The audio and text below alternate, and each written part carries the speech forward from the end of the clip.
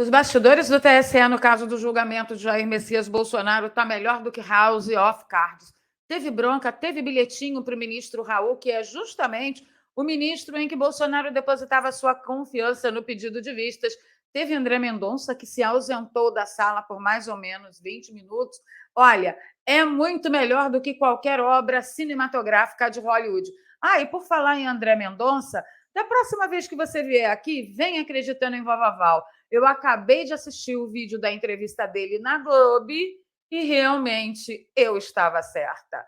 Fiz um batidão de notícias para a gente encerrar essa quarta-feira, então vou pedir o seu like logo agora, o compartilhamento nas redes sociais e nos grupos de Telegram e Zap Zap. E se você é novo por aqui, se inscreva e ative o sininho. Só porque, mais uma vez, Vovaval estava certa.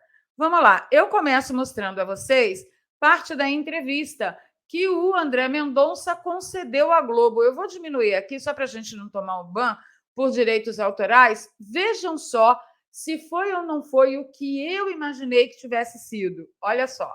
Eu acompanhei o julgamento, vi rapidamente pela imprensa um voto numa direção prejudicial ao ex-presidente. O que eu... Coloca aí nos comentários para mim, eu tinha ou não tinha razão? Nem sempre o que está escrito você deve acreditar, principalmente em épocas de mídias não muito confiáveis, que é bem diferente de tudo que você vê aqui comigo. Né? Então, vamos voltar à nossa exibição normal. Eu quero trazer para vocês também um tweet do Eduardo Bolsonaro, ainda no arcabouço do julgamento do presidente. Olha só, o Eduardo Bolsonaro diz que em 1999 o deputado Zé Disseu, do PT, desconfiado das urnas eletrônicas, entrou com o PL 1696, pedindo a criação de uma comissão externa para acompanhar o sistema eletrônico de votação. Aí o Eduardo pergunta, isso foi um ataque à democracia? Por que Disseu não foi preso? Por que ele não ficou inelegível? Por que a mídia não caiu matando em cima dele? Qual a diferença do TSE naquela época para o TSE de hoje? Você pode responder aí nos comentários para mim, mas responda com moderação, porque, afinal de contas, nós vivemos numa completa democracia, né?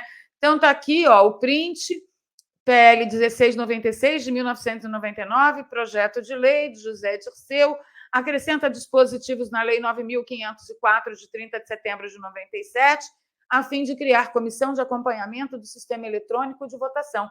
Ele queria montar um sistema, uma comissão de acompanhamento paralelo do sistema de votação, paralelo do TSE, entendeu?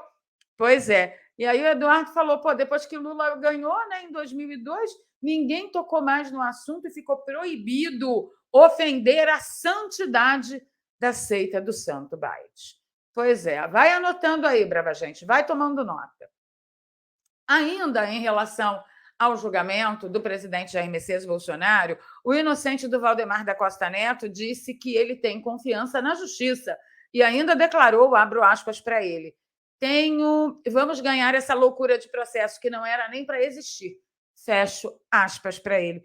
Eu não sei, gente. Só se ele tem uma carta na manga que ninguém sabe, tomara que seja uma carta na manga bem honesta e de checkmate para os desonestos que estão tentando esse absurdo contra um cidadão ilibado como é Jair Messias Bolsonaro. Mas eu tenho ainda que comentar com vocês sobre a esperança de Bolsonaro que estava depositada no ministro Raul, tá? de pedir vistas. Olha só, o ex-presidente disse que a possibilidade de um pedido de vistas é bom.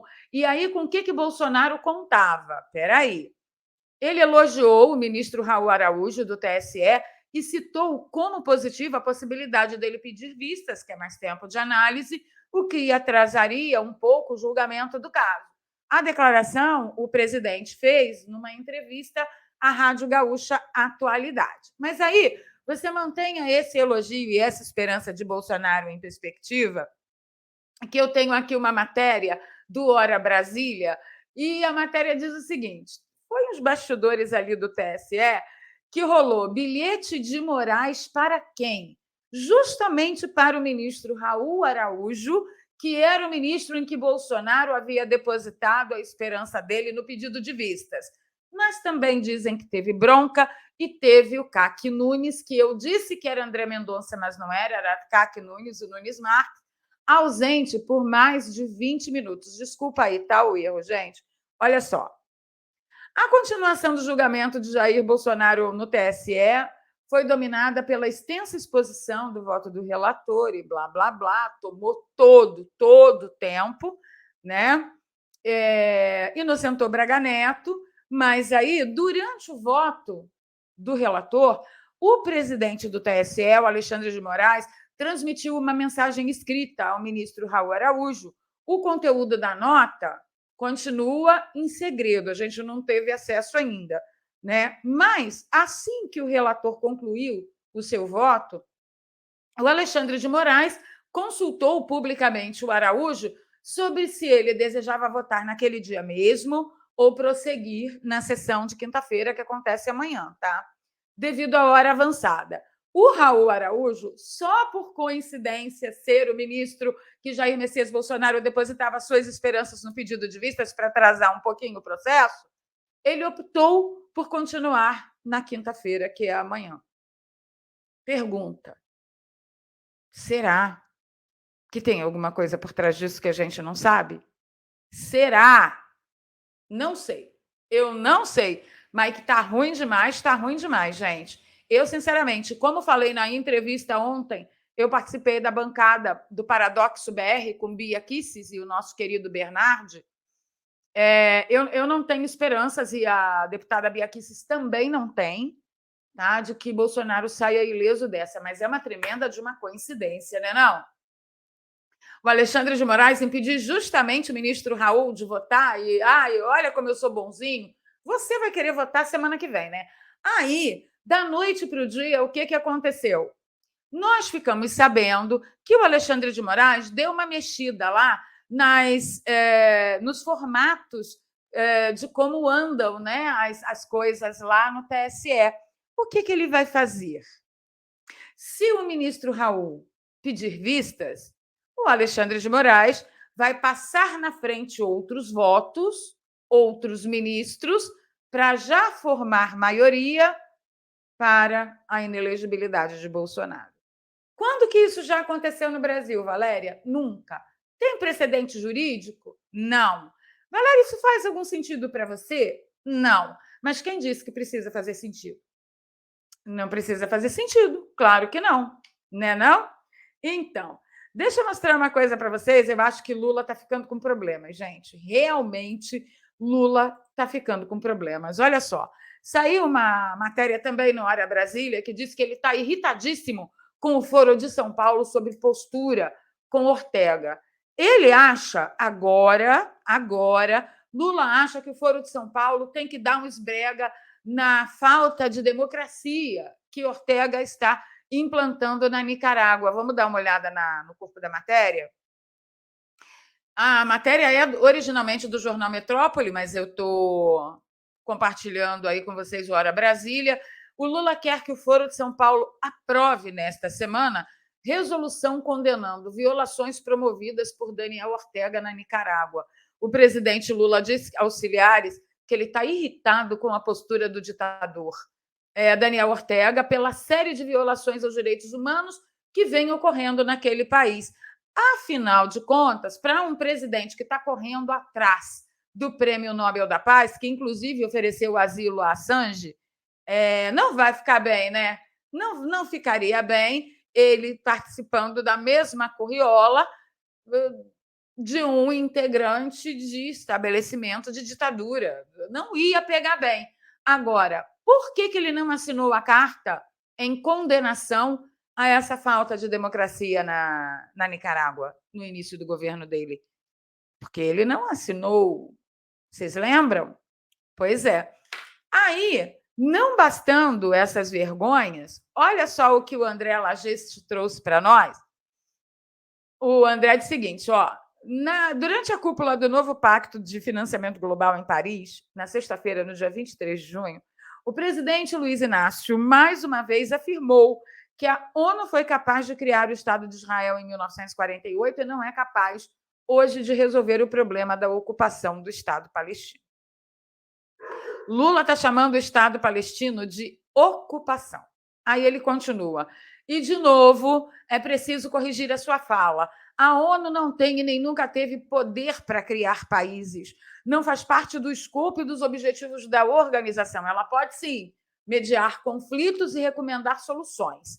Em 1947, com a aprovação do Plano de Partilha da Palestina, a organização recomendou e pavimentou o caminho para a criação de 2 estados, um estado para judeus e outro para árabes. Os judeus aceitaram, os árabes não. Assim, a recomendação da ONU não foi implementada. Israel declarou independência em 1948 e, como consequência, teve que lutar uma guerra empreendida pelos exércitos do Egito, da Jordânia, Síria, Líbano e Iraque contra o recém-criado país. A gente já fez um monte de conteúdo aqui sobre a Guerra dos 6 Dias e os milagres que aconteceram na Guerra dos 6 Dias. E ele continua: depois de um ano depois dessa guerra, Israel venceu a guerra e chegou a um armistício com países fronteiriços, garantindo sua sobrevivência.